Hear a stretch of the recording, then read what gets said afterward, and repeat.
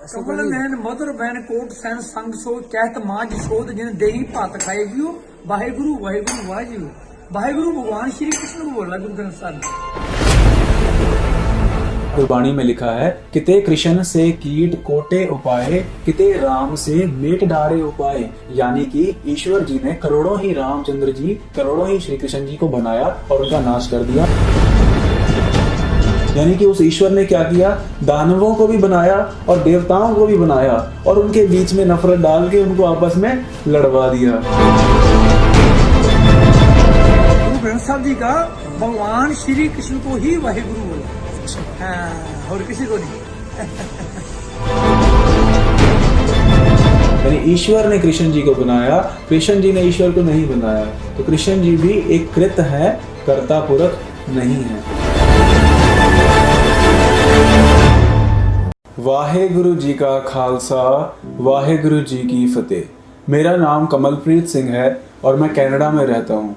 आज की इस वीडियो बनाने का मकसद ये है कि पिछले कुछ दिनों से मुझे कई सिंहों का मैसेज आया है कि एक वीडियो है जो व्हाट्सएप पे बहुत वायरल हो रही है। उस वीडियो में एक पुरुष ये बात कह रहा है कि श्री गुरु ग्रंथ साहिब जी के अंदर जो वाहेगुरु शब्द आया है, उस वाहेगुरु शब्द का अर्थ है श्री कृष्ण जी। उनके कहने का मतलब है कि श्री कृष्ण जी ही सारे ब्रह्मांड के ईश्वर हैं, यानी कि परमेश्वर हैं।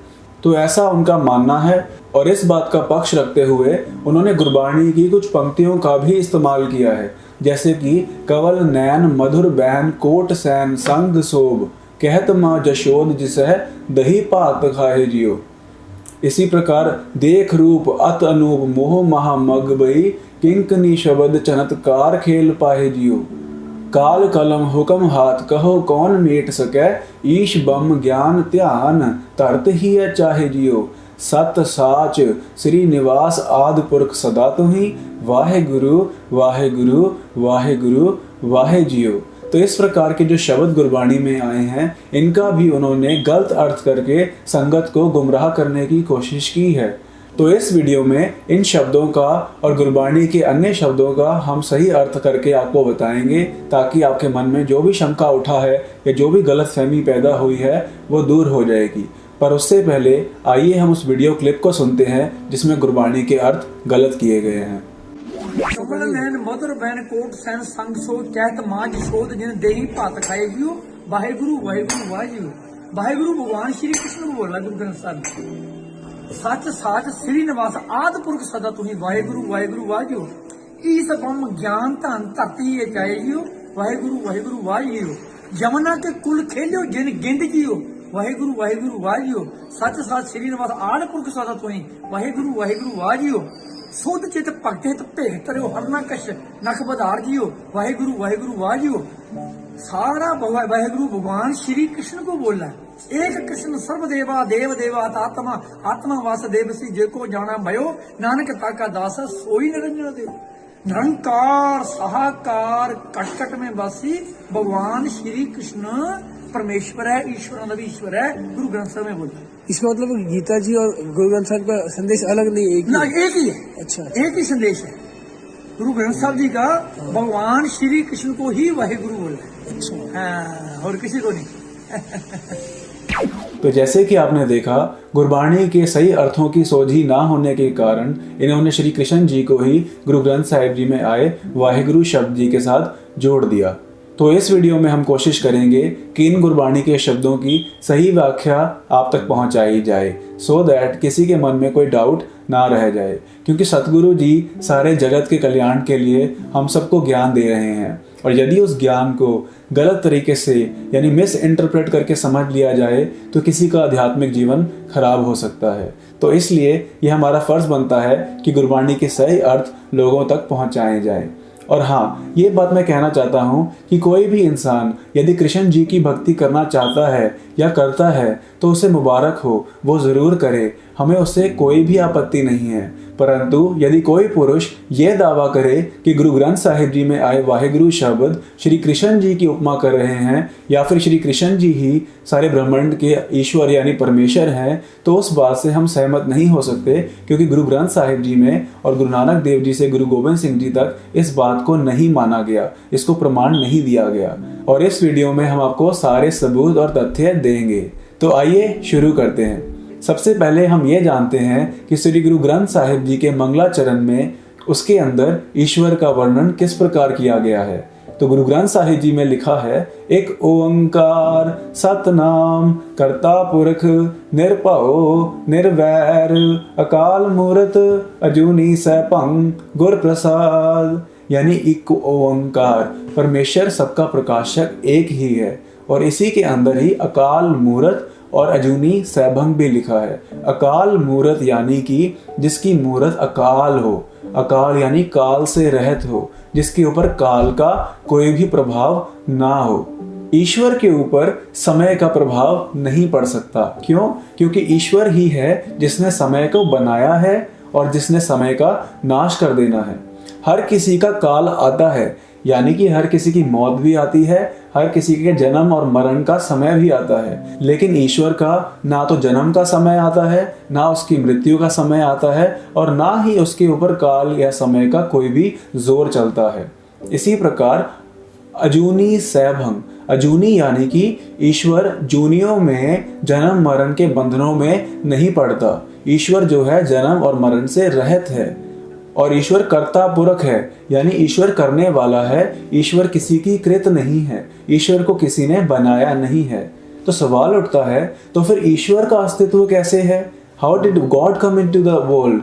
तो उसका जवाब गुरु साहब देते हैं सैभं, यानी स्वयंभू, यानी कि स्वयं प्रकाशमान है। ईश्वर अपने आप से ही प्रकाशमान है। वो कद प्रकाशमान हुआ था इसका कोई भी अंदाजा नहीं लगाया जा सकता या कोई भी सोच नहीं विचारी जा सकती। क्यों?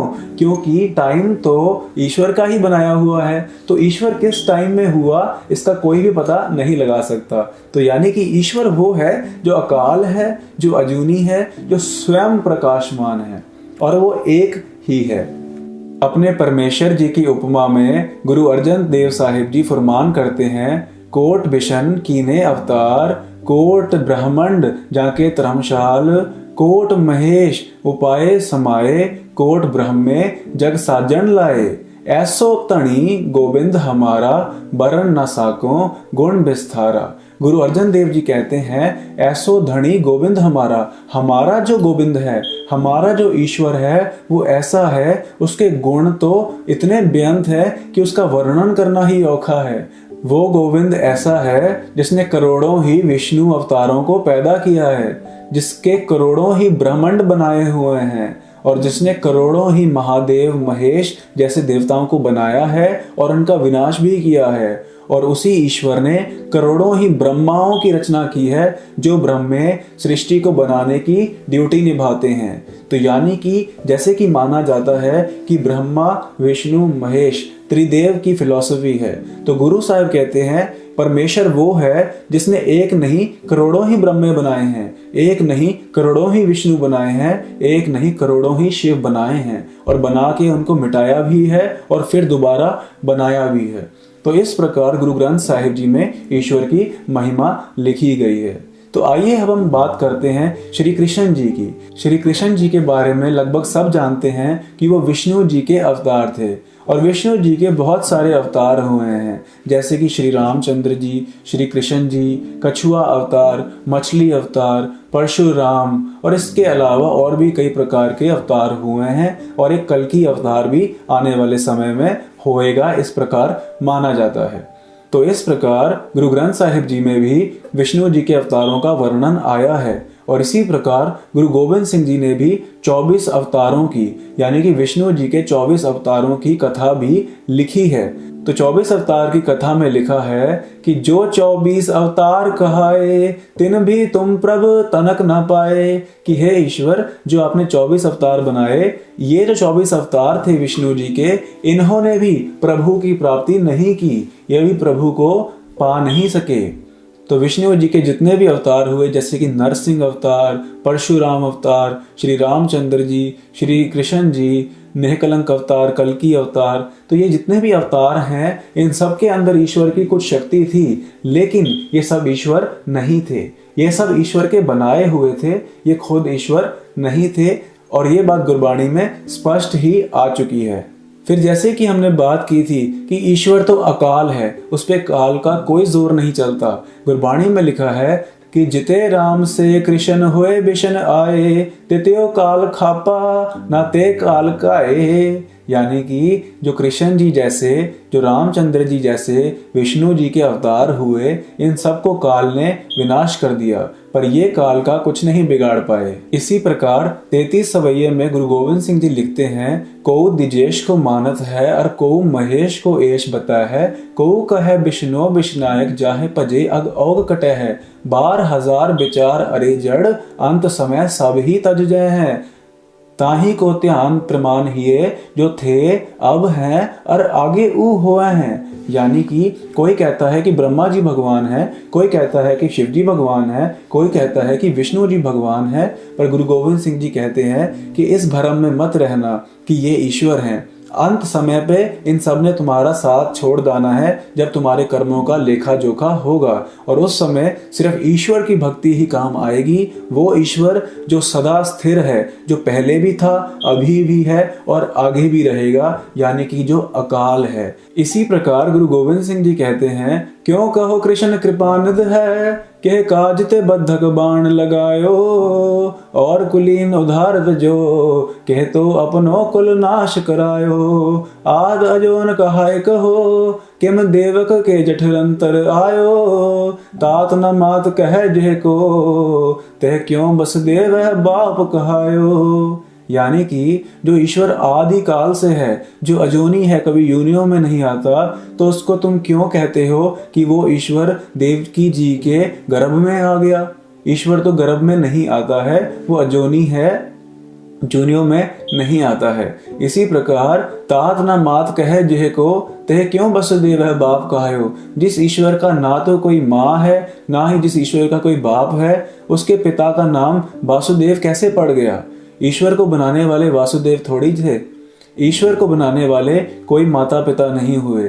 ईश्वर स्वयंभू सैभंग है, यानी अपने आप प्रकाशमान है, उसके कोई माता पिता नहीं है, बल्कि वो सारी सृष्टि का माता पिता है। ईश्वर ही हमारी माँ है, हमारे पिता हैं।